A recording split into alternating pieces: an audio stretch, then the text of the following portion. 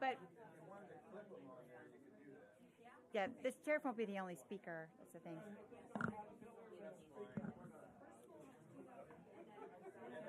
Really? 1, 2, 3, 4, 5, 6, 7, 8, 9, 10. 1, 2, 3, 4. 1, 2, 3, 4, 5, 6, 7, 8, 9, 10.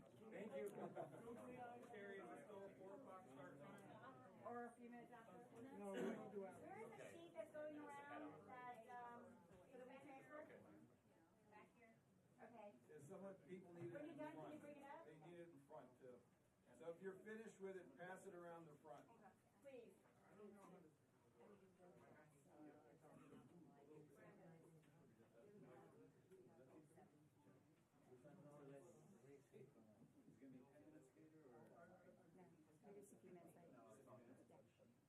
I'll try to get you the 2-minute warning.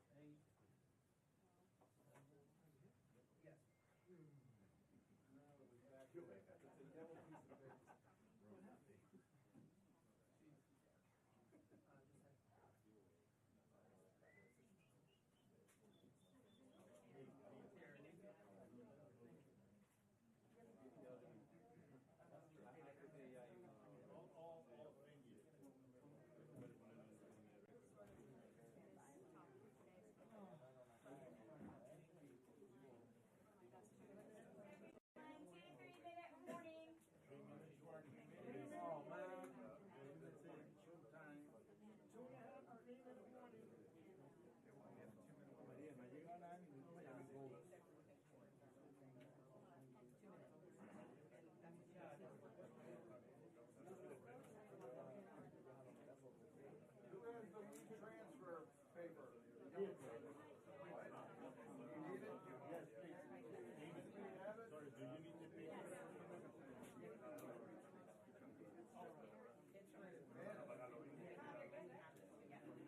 Hey Terry, make an announcement. You need that week transfer paper. Somebody grab it. People still need to sign it. Okay. Yeah, we got 2-minute warning.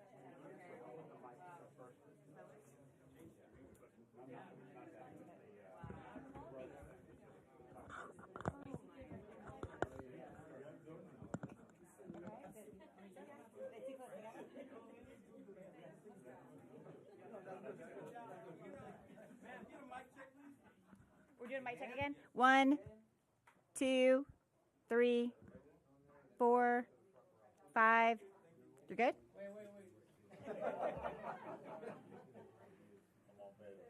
Come on, come on. 1, 2, 3, 4, 5. Everybody's good? And can we get that sheet for the WeTransfer set up to the front, please? Okay.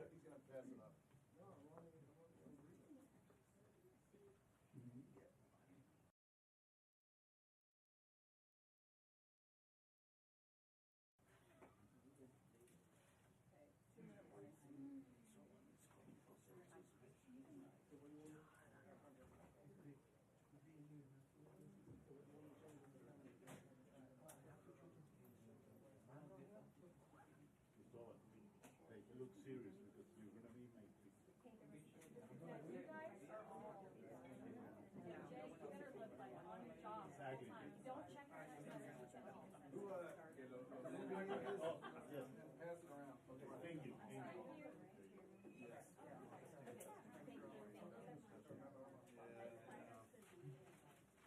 That thing doesn't tilt down because you got too much of the steel on it.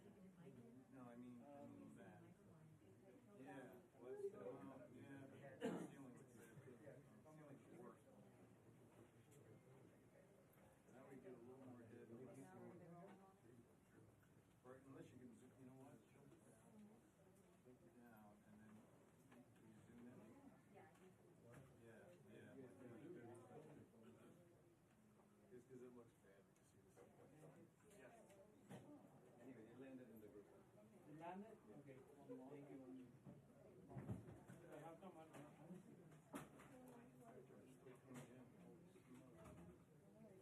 Maybe you're not downloading it. You're way behind. Somebody should call this fire. Oh, I got it. Thank you. Thank you, everyone. She's doing a live test. Because you're gonna start auctioning off that chair.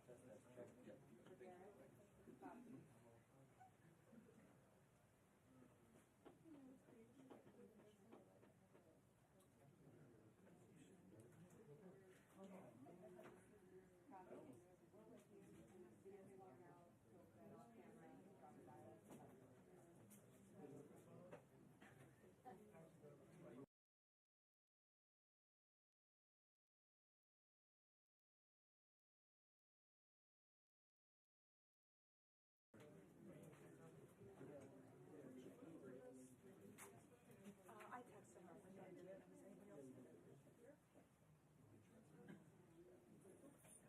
Ready for our mission.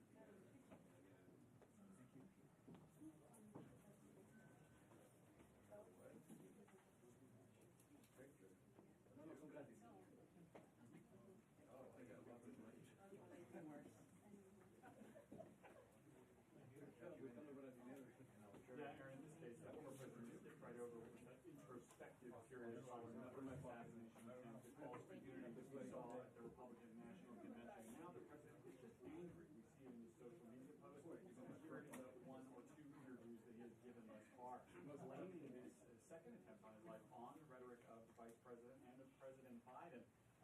Lashing out, we're seeing it from his campaign with calls from Harris and Biden to denounce those in the Democratic Party who suggested that Donald Trump is a threat to democracy.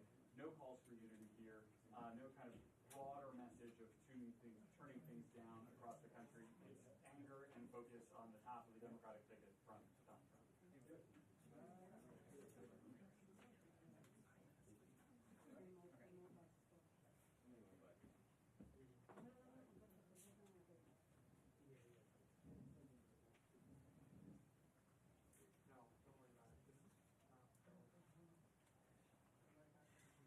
Well, in terms of their official public schedule, the answer is no. The campaign's been very clear that Donald Trump's going to continue with his campaign events this week. He's got a town hall in Michigan tomorrow.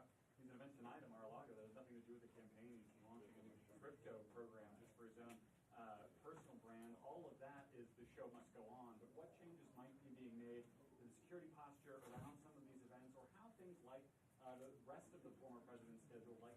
crowding, which is typically treated as what we call an OTR movement, a lot less of the visible security preparations, the security screenings, a smaller package of Secret Service other officials traveling around him. If those changes are being made, we don't know about them yet, and we may not ever be told about them. The Secret Service may simply decide to make those changes unilaterally and quietly.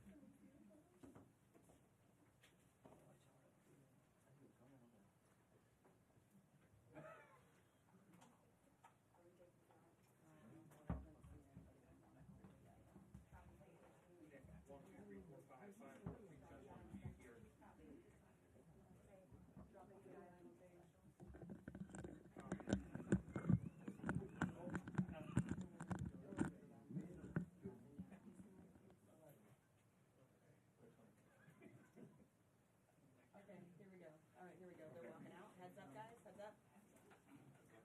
Yep. They're walking in. Check 1, 2, 3, 4, 5, 6, 7, 8, 9, 10, which we are getting underway. Heads up, so you're not going to hear from me for a while. Space yourself like one on one side, one on the other, one on one side of the flag, and one on the other. Okay, now.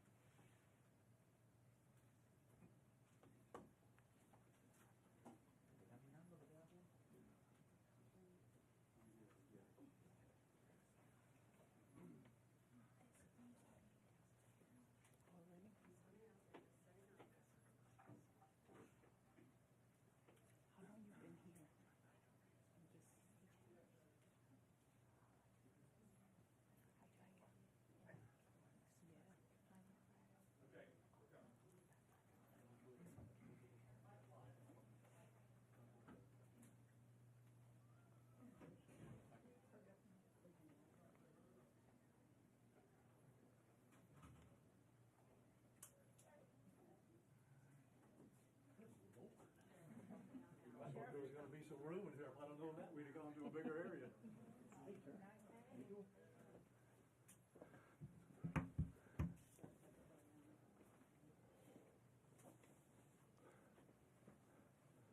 Okay, just a couple little housekeeping things here, in case you haven't been with me at a press conference. We, meaning the gentlemen that are up here, which is the U.S. Attorney, FBI, Secret Service, we're going to give you everything that we have. We're going to give you the latest updates. They're going to tell you what's going on with the investigation, everything. And then we're going to do a limited amount of questions. So make them good, all right? Don't get into what if and all this. Get legitimate questions. We got it? Yes, sir. Okay, everybody ready? Yes, sir. Okay. We're here today to give an update on the investigation in regards to the incident at Trump International. With me is the U.S. Attorney, the FBI, and the Secret Service. Just to give you a little information, as you well know, the road down there on Summit is still blocked off. It will be blocked off probably for the remainder of today and probably a good portion of tomorrow until some of the investigative things need to be done and finished. But we're accommodating people in and out, getting them to the library, getting them to the post office, so the public is not going to be that far inconvenienced. The security level at Mar-a-Lago is the highest it can possibly be now. The road closures are back in place and will remain there. The checkpoints are in place. And my commitment to the Secret Service is to give them every possible resource from PBSO. Once they determine the level of security that they need, they will get all the resources possible. So having said that, I'll let you talk to the U.S. Attorney. Thank you, Sheriff.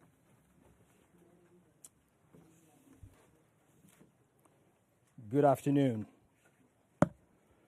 Thank you for joining us today. My name is Mackenzie LaPointe. I am the United States Attorney for the Southern District of Florida.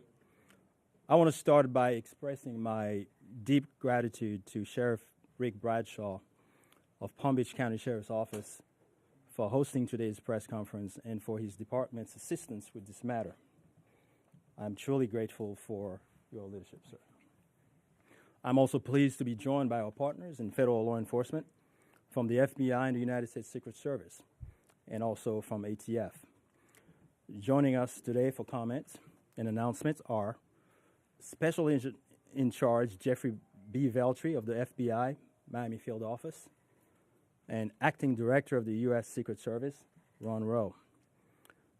I want to also thank the men and women in law enforcement who have been working around the clock in the initial phase of this ongoing investigation. Our partners include federal and local authorities who effectuated the apprehension of the defendant and have aided in ensuring federal charges were filed against him this morning. We're here to announce that Ryan Wesley Ralph, 58 years old, of Hawaii, has been charged by a criminal complaint in the Southern District of Florida with firearms offenses related to an incident which occurred yesterday at Trump International Golf Course right here in West Palm Beach. Ralph was charged federally with possession of a firearm by a convicted felon and possession and receipt of a firearm with an obliterated serial number. He had his initial appearance today before Magistrate Judge Ryan McCabe in the federal courthouse in West Palm Beach. According to the allegations in the complaint, a U.S. Secret Service agent walking the golf course perimeter saw what appeared to be a rifle poking out of the tree line. After the agent fired a service weapon in the direction of the rifle, a witness saw a man later identified as Ralph fleeing the area in the tree line. Ralph was later apprehended by officers from the Martin County Sheriff's Office in coordination with the Palm Beach County Sheriff's Office. The complaint alleges that in the area of the tree line from which Ralph fled, agents found a digital camera, a backpack, a loaded SKS-style rifle with a scope, and a black plastic bag containing food. The serial number on the rifle was obliterated. According to the complaint, Ralph was convicted of felonies in North Carolina in December 2002 and March 2010, and therefore was prohibited from possessing a firearm. The FBI is leading this investigation, this ongoing investigation. As the Attorney General stated earlier today, the FBI is continuing its investigation of this incident as an assassination attempt upon the former president. The investigation remains at its early stages. The entire Justice Department, including the FBI, the United States Attorney's Office for the Southern District of Florida, and the National Security Division are coordinating closely with our law enforcement partners to fully investigate and prosecute this matter. The charges we're announcing reflect the strong collaboration of the agencies represented here. The U.S. Attorney's Office, the Department of Justice, would be unable to carry forth our mission without the invaluable assistance of our federal, state, and local law enforcement partners. I would like to thank the Bureau of Alcohol, Tobacco, Firearms, and Explosives, and we have Chris Robinson here, Special Agent in Charge, and your Secret Service for the invaluable assistance they are providing, they have been providing. I would also like to recognize the Palm Beach County and Martin County Sheriff's Offices for apprehending the defendant. Again, without the local authorities to assist in those things, it would be literally impossible to accomplish the things we're able to accomplish on the federal side. I want to personally express my gratitude to the attorneys with the U.S. Attorney's Office for the Southern District of Florida and the Counterterrorism Section of the Justice Department's National Security Division for their nonstop work over the last 24 to 30 hours.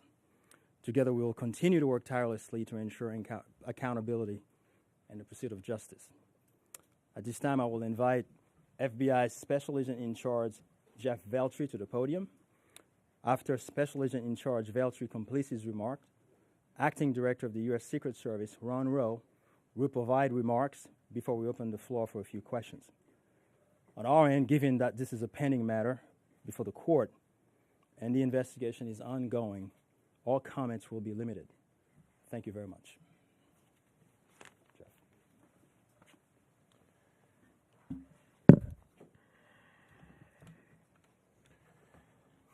Good afternoon.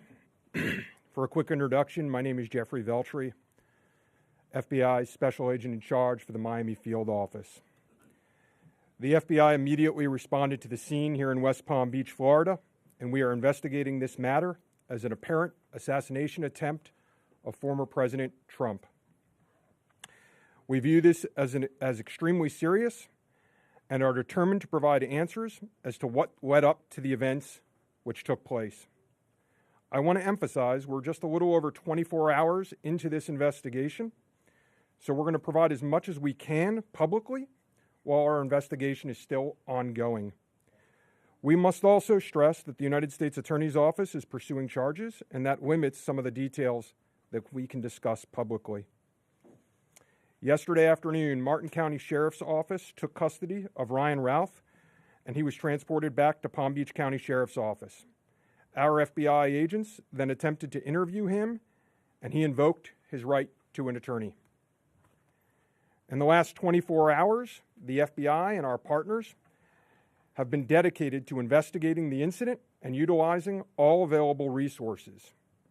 These efforts have included our investigative team and the United States Attorney's Office for the Southern District of Florida, in conjunction with DOJ's National Security Division, are actively working hand in hand to pursue and subsequently execute search warrants. Thus far, the warrants include a video recording device, subjects' cellular devices, a vehicle, and other electronic devices located at previous known addresses. We are coordinating with the United States Secret Service to complete numerous interviews of agents on scene. We have also interviewed 7 civilian witnesses at the scene, and that is just the beginning. Our FBI's Honolulu and Charlotte field offices have initiated interviews of several family members, friends, and former colleagues of the subject. FBI has deployed several specialty teams and assets from FBI headquarters and our lab division in Quantico to include evidence and critical incident response personnel. The evidence response team is collecting and processing multiple evidentiary items. These range from the rifle, which is an SKS model with a scope and obliterated serial numbers, to 2 bags, the subject's electronics, and what appears to be ceramic tiles. DNA has also been collected from those items, which are being sent to Quantico for testing. We will also process the subject's vehicle for evidence. The Cellular Analysis Survey Team, what we refer to as CAST, conducted thorough analysis of the subject's cellular device locations. The CAST analysis aligns with witnesses' account of the subject's presence at the scene both before and around the time of the incident on September 15th. More specifically, we're continuing to conduct analysis and will be compiling the subject's movements in the days and months leading up to September 15th. Cellular data shows that the subject was in the vicinity of the golf course roughly 12 hours before the engagement with the United States Secret Service. Our investigative teams conducted a neighborhood canvass in an effort to collect and obtain relevant video footage. The subject had an active online presence, and we are going through what he posted and any searches he conducted online. In addition, we're going through media reports and public statements he made that he wanted to recruit Afghan soldiers and others to fight for Ukraine. The FBI has sent multiple requests to companies for returns on the subject's phone and social media accounts. We received several returns and are waiting on additional responses from other companies as well. Our investigative team is completing analysis of the returns and actioning leads as needed, and we anticipate continuing until the FBI knows the full totality of the subject's social media presence. By way of his background, in 2002, as the United States Attorney mentioned, the subject was charged and convicted in North Carolina for possession of a weapon of mass destruction. Law enforcement checks also revealed that from 1997 to 2010, the subject had numerous felony charges for stolen goods. I can also share with you that he was the subject of a previously closed 2019 tip to the FBI where it was alleged he was a felon in possession of a firearm. In following up on the tip, the alleged complainant was interviewed and did not verify, I repeat, did not verify providing the initial information. The FBI passed that information to local law enforcement in Honolulu. On behalf of the FBI, I would like to thank the Palm Beach County Sheriff's Office and Martin County Sheriff's Office for their incredible work in actioning the witnesses, information, and rapidly apprehending the subject. I would also like to thank the United States Secret Service, the United States Attorney's Office for the Southern District of Florida, the Department of Justice's National Security Division, the Bureau of Alcohol, Tobacco, Firearms, and Explosives, and our FBI field offices in both Honolulu and Charlotte, who have been conducting additional law enforcement activity related to the subject. Your continued partnerships have been invaluable. Oftentimes in law enforcement, we tell citizens to be vigilant and aware of their surroundings. Yesterday, a citizen provided remarkable assistance, which led to the arrest of this subject. We appreciate the public's diligence in passing potential tips and information regarding the subject and this incident to the FBI. If you have any information, please call 1-800-CALL-FBI or go online to tips, that's tips.fbi.gov. With that, let me turn it over to the United States Secret Service Acting Director, Ron Rowe. Good afternoon, everybody. Yesterday afternoon, this country was reminded of the heightened and dynamic threat environment the United States Secret Service and its protectees face on a daily basis. Immediately following the assassination attempt of former President Donald J. Trump on July 13th, the Secret Service moved to increase assets to an already enhanced security posture for the former president. In the days that followed, President Biden made it clear that he wanted the highest levels of protection for former President Trump and for Vice President Harris. The Secret Service moved to sustain increases in assets and the level of protection sought. And those things were in place yesterday. At approximately 1:30 p.m., former President Trump was playing golf during an off-the-record movement to the Trump International Golf Course. A Secret Service advance agent supporting the front edge of the agency's layered approach to protection encountered an individual attempting to secrete himself in the woodline. This happened, the alleged gunman was on the public side of the fence near the 6th green.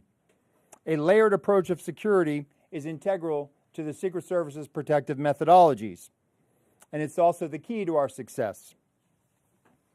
As former President Trump was moving through the 5th fairway across the course and out of sight of the 6th green, the agent, who was visually sweeping the area of the 6th green, saw the subject armed with what he perceived to be a rifle and immediately discharged his firearm. The subject, who did not have line of sight to the former president, fled the scene. He did not fire or get off any shots at our agent. With reports of gunfire, the former president's close protection detail immediately evacuated the president to a safe location. The protective methodologies of the Secret Service were effective yesterday. The former president's protective apparatus allowed for the early identification of the threat and led to a safe evacuation. The increased assets directed by President Biden were in place yesterday. These included the counter-sniper team elements, counter-surveillance agents on the exterior, counter-assault teams partnered with local tactical assets from the Palm Beach County Sheriff's Office, and counter-unmanned aerial system elements. All of these entities were present yesterday. And while all of these assets were in place, as I've said publicly, we must satisfy the basic requirements of the Secret Service's protective methodologies. In partnership with local law enforcement, we did just that. And the agents' hypervigilance and the detailed swift action was textbook. And I commend them and our partners for an exemplary response in keeping former President Trump safe. And I will tell you, having served in local law enforcement in Palm Beach County, I can state that I am tremendously impressed and appreciative for all of the efforts of the Palm Beach County Sheriff's Office and Sheriff Schneider with the Martin County Sheriff's Office. But what was critical to this was the quick reaction, the response, the hypervigilance of the men and women of the United States Secret Service who since July 13th have been rising to meet an unprecedented and hyper-dynamic threat environment, and they are rising to this moment, and I could not be more proud of them and the way they have executed, not only yesterday, but what they're doing today and what they are doing tomorrow and what they will always do because it is their duty. Thank you. Okay. All right. Well, go slow here, folks. All right. Don't everybody do it at once. Ask who you want to answer the question, and then give the question. I have a question for you, Director. Is there any evidence to suggest that the suspect knew that Donald Trump would be on the golf course at that time? And was the golf course searched thoroughly before the former president's arrival? So at this time, it was an off-the-record movement, meaning it was not on the former president's official schedule. And what I go back to is the layered approach. The elements and the methodologies of the Secret Service. There was a front element.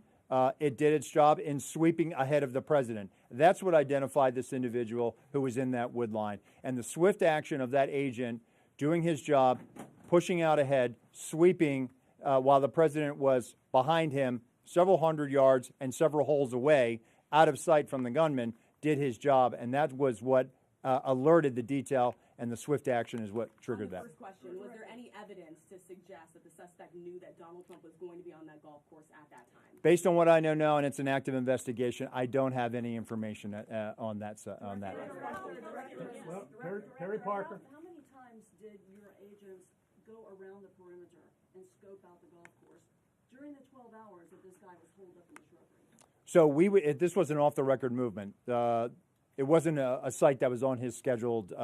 It wasn't part of his schedule. So there was no posting up of it because he wasn't supposed to have gone there in the first place. Garrett Haig. Have you briefed former President Trump on your findings so far, and has his campaign asked for any changes in his security going forward after yesterday? So, sorry. So I've had a conversation with the former president. We've explained and we've worked with the campaign. The president is aware that he has highest levels of protection that the Secret Service is providing him. We constantly evaluate based on threat. And yesterday what we show is that our agents and our protective methodologies, and there's a lot of tactical assets in place, things that have been put in place as a result of what happened 60 days ago, those elements are working, and that demonstrates the redundancies that we have. And so we constantly evaluate. We'll of course, look at this and see what lessons learned from it. But as of right now, we are constantly evaluating that threat. And if we need to ratchet up additionally, we will. Yes, sir. Do we know when Ralph arrived in Florida in general, when he arrived in Palm Beach, the area? That's a question probably for the FBI. If he's been at the golf course prior to this scoping it out. We're in the process of collecting a lot of evidence, and that will be part of that investigation to determine his whereabouts going back quite some time. Do you have any detail on where he might have gotten it? That's part of the investigation as well. Again, that's going to be a little bit challenged until we're able to determine the serial number on that gun. So we're hopeful to be able to do that. We're still looking into that. The sheriff mentioned about the highest level of protection, that they would lock down the golf course. Was that a miscommunication then, being that President Biden ordered the highest level of protection? Do you want to take this, Sheriff? Go ahead. Okay. So here's the deal. When it comes to Secret Service protection, we provide the highest level. So, for example, yesterday, counter-assault team elements. I'm not going to go into the number of personnel that we have out there, but we have the highest levels from Secret Service. When we work with the Palm Beach County Sheriff's Office, like, for example, yesterday, during that emergency action response, we had their local tactical team assets partner with our local tactical team assets. We had their helicopter up in the air, providing us 360 and situational awareness of the overhead for if there were any potential threats coming at us. So what we did yesterday was exercise our emergency plan based on the number of tactical assets and the highest level of protection that we are providing. The sheriff and I have talked. Now, clearly, when you go down Southern Boulevard right now and you try to get over to Palm Beach and you see the robust presence that's existing outside of Mar-a-Lago, the heavy uniform presence, the additional assets of the Secret Service. And for those of you that were here in 2017, when the president was in office, when you look at that footprint now and you look at it today, there's not much difference there. There is heavy uniform presence out there. And again, what I go back to is yesterday was an off-the-record movement. Off the record. And the president wasn't even really supposed to go there. It was not on his official schedule.